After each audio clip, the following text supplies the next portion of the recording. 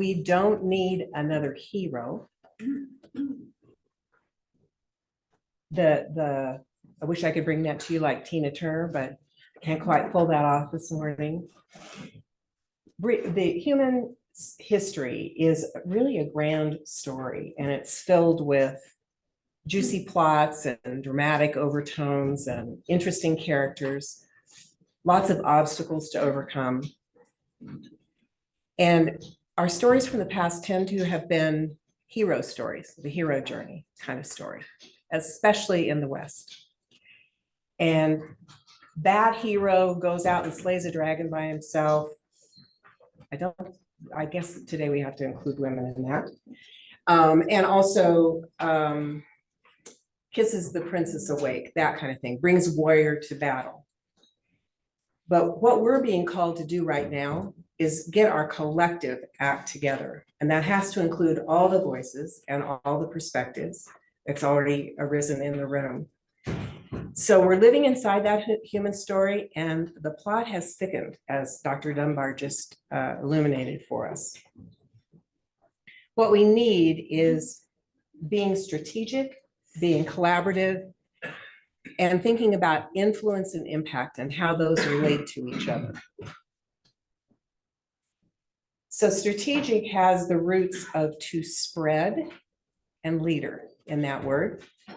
So imagine that part of what we're doing when we're being strategic is we're spreading leadership.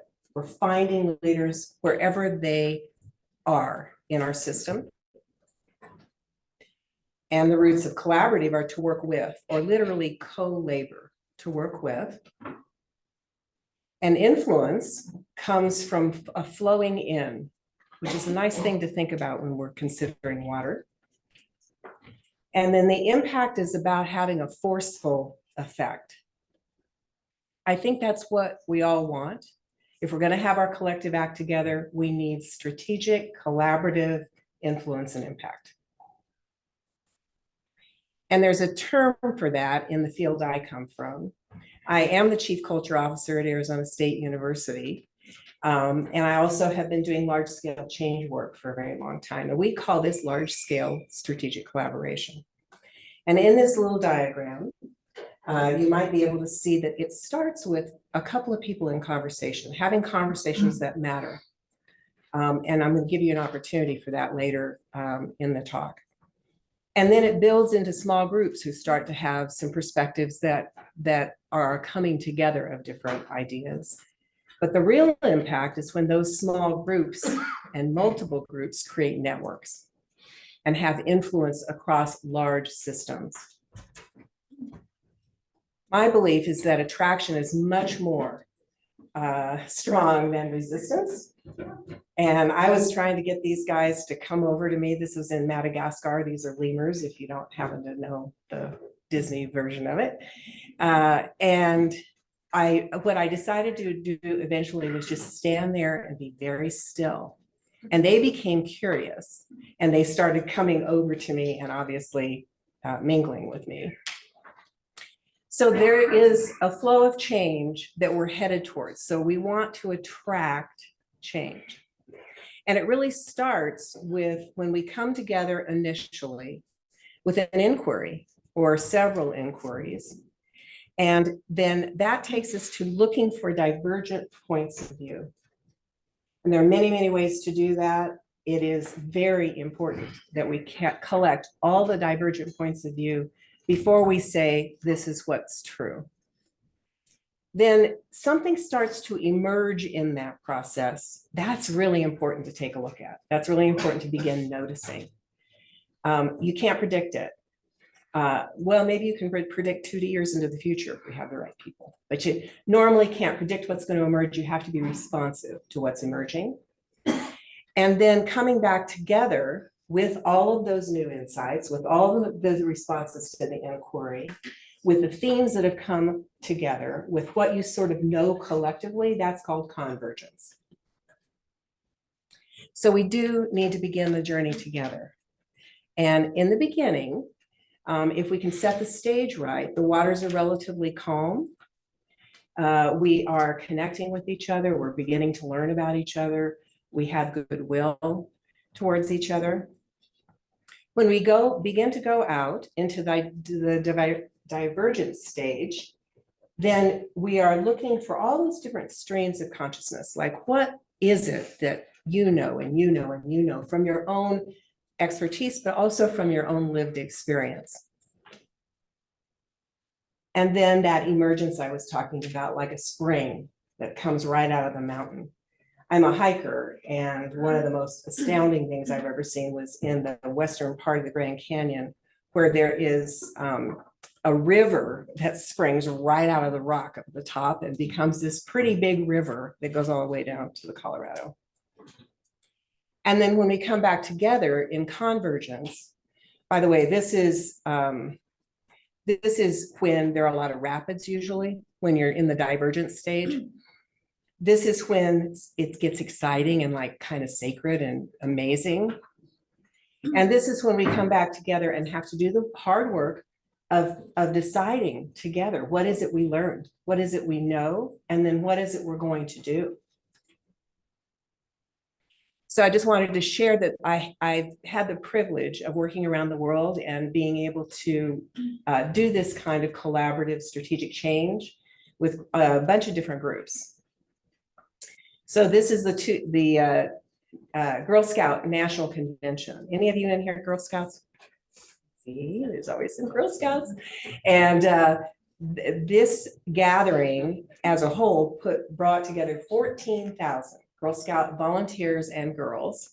And this event was called an open space, where the Girl Scouts were trying to figure out what the new organizational structure was going to be so that they could serve every girl everywhere. And this is a process where everybody creates the agenda on the spot based on what they want to talk about. And then we have that convergence at the end. I did that work in Madagascar with a mining company.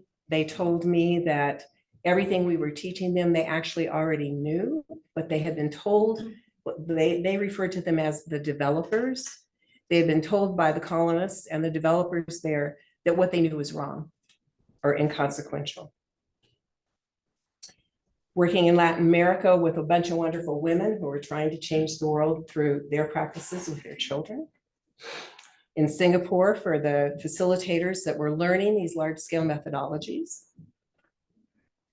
We had a big conference, that's when I was talking about, where I didn't think I'd ever do a conference again, where we brought together change agents from all over the world. I did some work on the Gila River Indian community in their Department of Environmental Quality, and that's leading the steering group for that. We still have on the books SB 1070 in Arizona, which is basically an anti-immigration profiling law. And so we brought together people from across the community with very divergent perspectives. At that time, we had some Tea Partiers. They were still kind of the name they were giving to themselves, to have a community conversation on immigration. There's a national organization called the National Conference of Dialogue and Deliberation. They work together. An open space on open space in San Francisco, working with Israel Change Consultants, the US Merchant Marine Academy, where we had a big summit at the end of our time with them, and they decided on their strategy together with industry partners and midshipmen and all the alumni, parents, all the people that needed to be involved. And then this is an event I recently did at Arizona State University, where it is, these are technologists who are thinking about what they're going to do in the next year. So how do these groups do this? So my belief is that it starts with presence, personal presence. So I'm going to do a little experiment with you and see how this goes. I have a bell. I'm going to ring the bell, and I invite you to do whatever you do to get in touch with what's going on inside of you, what you're thinking, what you're feeling. And for some of you, you'll want to close your eyes. Others, just find a spot, let your eyes rest. And the experiment here is, can you, in less than a minute, become present? Fully present, right here, right now.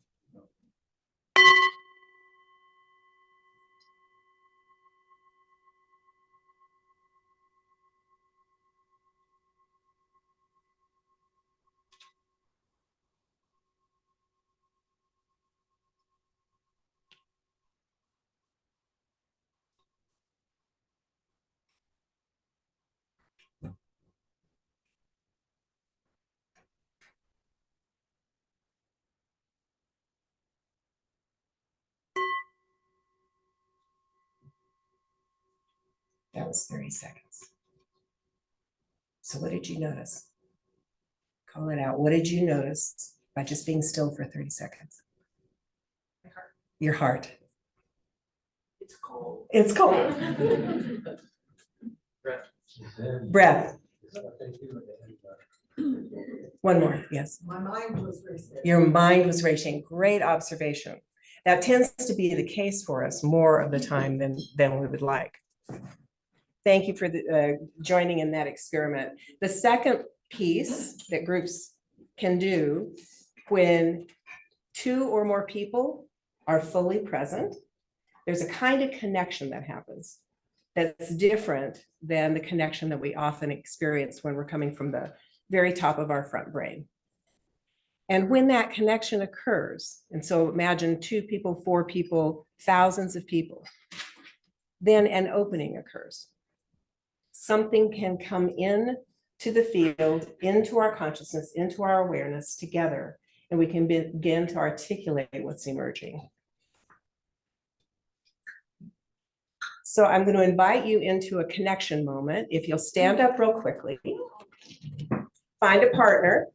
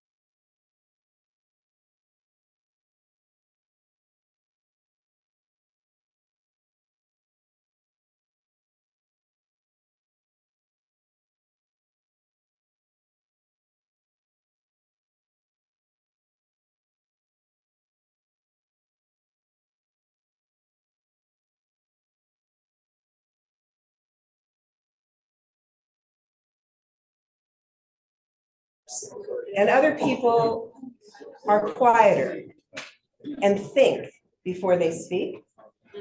And we want to make it really possible for both of those styles to interact. There are also people that are kind of 1 foot in, 1 foot out. I'm a bit like that myself. And so the opening that we want here is for us to pay attention to what we do know and for us to create the curiosity, the collective curiosity for what we don't already know. It is my belief that if we start by noticing what's working, it's antithetical to our Western way of doing things, really. We look at Arizona State, when I first got there, the hardest thing for me was I would talk about something, they'd say, what's the problem you're trying to solve? That's where they always would start. There are indeed problems, but if we can figure out what the opportunities are within that problem, what is it we do want, rather than what we don't want, all the bad news, we have a chance to build a foundation on what's really most precious to us, what we already value. So I'm going to invite you into another little experience. If you would find another partner, a neighbor, and since there are some of you that are just 3s, that's just fine. This is an opportunity to tell a 3-minute story to each other. This is like an interview, okay? A good interviewer doesn't talk about themselves, by the way. So just to ask your partner this question: remember a time when you sense that you were in the right moment with the right people to collaboratively create real change. And sometimes it takes a minute, especially those think fully before you speak people. So give it a minute. And then if that person is not finding a story, you might ask them, what steps did you take? What was going on in that situation? And you have about 3 minutes each. So turn to your partner. I'm going to time it. I'll let you know when the time is up, and then I'll ask for what that was like and what you got out of that.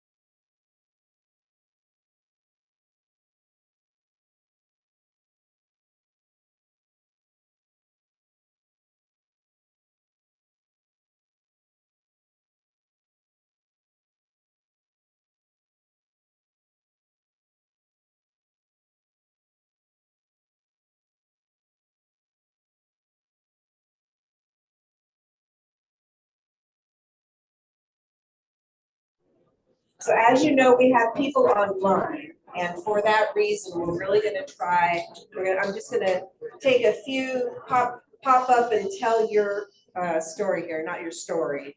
Tell, what did you get? What's a highlight? What stood out for you in that interaction? And we've got a couple of people that are gonna run the mics. So if you wouldn't mind waiting, then the people online can hear you. So what stood out for you? What surprised you? What resonated for you? That's the question. There's one back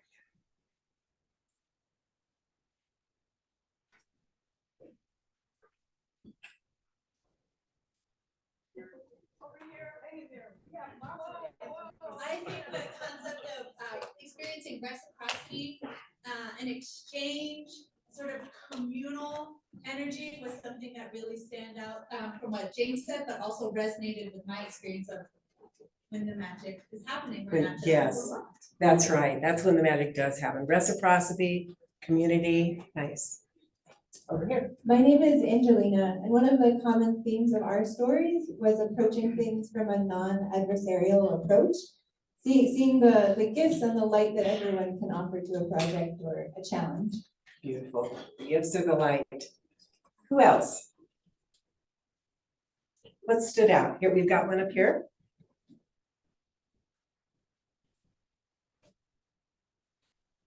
I think what we talked about were kind of mediation contexts. And what seemed to work was to have a third party target. In the case of contesting marital issues, have the children. In the case of engineering, have a document that people could beat up on the third object. Okey doke, I'm not sure I'm cool with beating up on the children. Thank you. Good pattern though, good thing to be aware of. One more. Here's one back there. Thank you, Norm.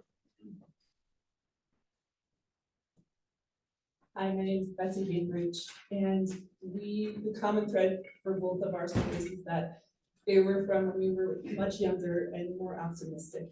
The optimism of you. Well, I wish you all well. I think you're at the beginning of something critical. And I'm very impressed by the diversity in this room in terms of age. And I'm looking forward to the next time I see you all, there being a lot more diversity in all kinds of other ways. Take good care. Thank you.